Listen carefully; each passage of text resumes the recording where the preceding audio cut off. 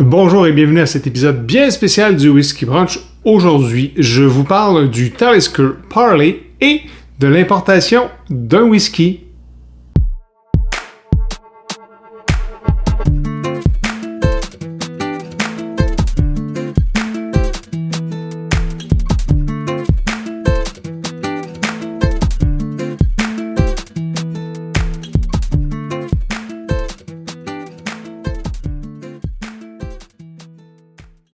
Alors, bienvenue à cet épisode du Whisky Brunch. Si je me retrouve seul ce soir, c'est simplement parce que je vous présente un Talisker que, évidemment, vous savez que j'aime beaucoup, que j'ai fait venir directement d'Écosse.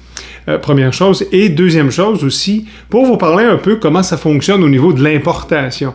Donc, lorsqu'on importe directement dans un pays sans passer nécessairement par une succursale de la SAQ ou la SCBO ou whatever, veut pas, il y a un petit peu de paperasse à faire. Fait que c'est ce que je veux vous raconter dans cet épisode. Premièrement, si on parle de l'aventure, je vais dire comme ça, de l'importation, c'est une bouteille de Talisker Parley de Wilder Seas, je vais revenir un petit peu plus tard là-dessus, que j'ai fait venir directement de World Importation Online. Donc, c'est une entreprise à Édimbourg. Et le coût de la bouteille, c'était autour de 89$ US, donc relativement raisonnable, je trouvais. Et à partir d'Édimbourg, pour se rendre à Montréal, ça n'a pris que 3 jours. C'est vraiment super génial, via un transporteur qu'on appelle DHL. Et c'est là que ça commence à être un petit peu funky. Funky dans le sens où DHL, au moment où la bouteille arrive au Canada, à Montréal, à l'aéroport de Dorval, envoie un courriel disant que vous avez 3 étapes à faire. Premièrement, d'avoir un permis de la part de la SAQ, puisque c'est pas possible d'importer de façon privée sans passer par la SAQ. Deuxièmement, qu'ensuite, il faut dédouaner la dite bouteille, puis par la suite, aller la chercher, parce que soit qu'on va la chercher ou ils vont les livrer, tout dépendamment des choix que vous obtenez. Donc, première étape, avoir un permis de la SAQ. Étant la première fois que je fais ça, je décide donc d'appeler le numéro de service à la clientèle qu'on trouve sur le site de la SAQ et je laisse un message pensant qu'éventuellement quelqu'un allait me rappeler. Le lendemain, un peu plus tard, je décide de faire un peu de recherche et je vois qu'il y a un site transactionnel, pas de souci, où on peut entrer des informations afin d'avoir un permis temporaire, afin d'importer le whisky ou l'alcool, dans le fond, qu'on fait venir d'un autre produit. Alors là, je remplis le formulaire qui demande les différents papiers, dire combien ça coûtait, d'où ça vient, la quantité, le prix, etc. Et après quelques temps, la SAQ me dit, pas de souci, on va vous envoyer le résultat de votre demande, en fait, et on va vous dire combien ça coûte afin de pouvoir effectivement importer cette bouteille-là. Donc, à ce moment-là, je reçois quelques jours plus tard une autorisation de la SAQ. Ma bouteille de 89$ US m'a coûté en fait 123,47$ avec le taux de change. Et la SAQ, afin de dire, oui, c'est beau, vous pouvez importer ça, me donne un coût de majoration de 143,39$. On ajoute à ça une taxe spécifique de 98 sous, un sous total et TPS, TVQ évidemment, donc 165,99$. Donc là, je vous fais un résumé. J'ai payé une bouteille 123,47$ canadiens. J'ajoute 165$, on est tout près de 300$. Mais ce n'est pas terminé. Donc, une fois que j'ai ces documents-là de la SAQ, je me dois de faire 3 copies avant de me présenter aux douanes qui sont à Dorval.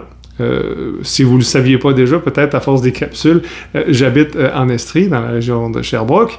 Donc, j'ai 3 copies à prendre et à imprimer, donc de la commande originale de World International Online, de la SAQ et aussi du papier de DHL.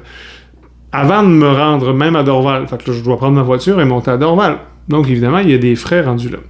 Rendu à l'aéroport de Dorval, dans un bâtiment bien précis, qui est bien identifié, on doit se présenter devant des douaniers qui sont habillés exactement comme si vous auriez passé à la frontière de Fredericksburg, par exemple, ou de Stansted, etc.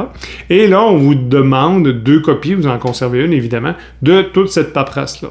Finalement, pour avoir un autre frais, eh oui, mais quand même seulement de 6,20$ et Et évidemment, ironie de cette journée-là, les guichets ne fonctionnent pas. Ça prend absolument du comptant pour pouvoir passer cette transaction-là. Donc, après quelques minutes, finalement, j'obtiens ma bouteille. En fait, j'obtiens pas ma bouteille.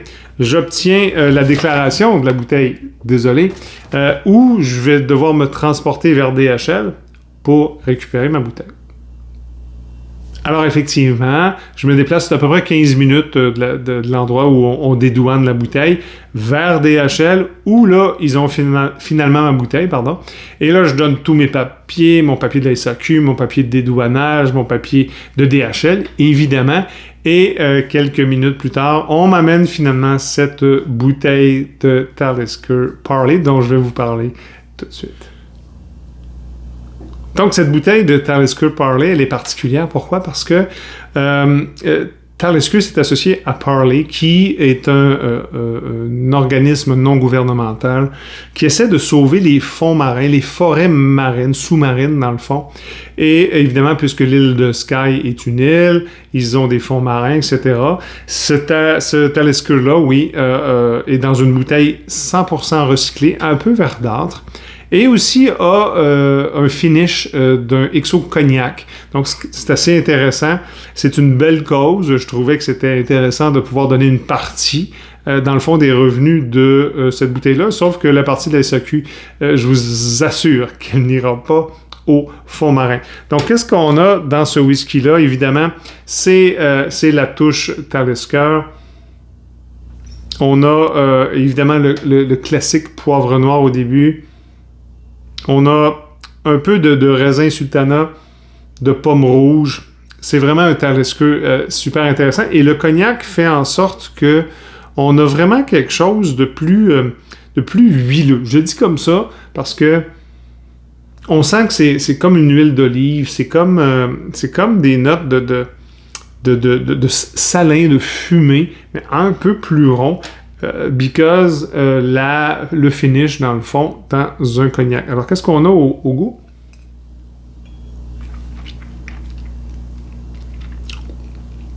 Tout à fait. La note fumée, très de base de Talisker. On n'est pas dans Ardbeg, on n'est pas dans là, mais elle est là. C'est très bon, c'est très Talisker, mais on a cette touche sucrée, je dis comme ça, de cognac. C'est relativement médium sur la fin. C'est poivre, avec peut-être un petit peu anisé à la fin. Mais c'est un très bon produit malgré tout. Le fait que, au total tout, là, si on prend l'ensemble de l'œuvre, donc le coût de la bouteille, $89 US, 123 canadiens, le coût de la SAQ qui a monté à 160 et quelques dollars, comme je vous disais tout à l'heure, plus le voyage à Dorval pour aller chercher cette bouteille-là, il est $6,20 supplémentaires. Je suis très content de vous présenter ce fabuleux Talisker Parley Wilder Seas.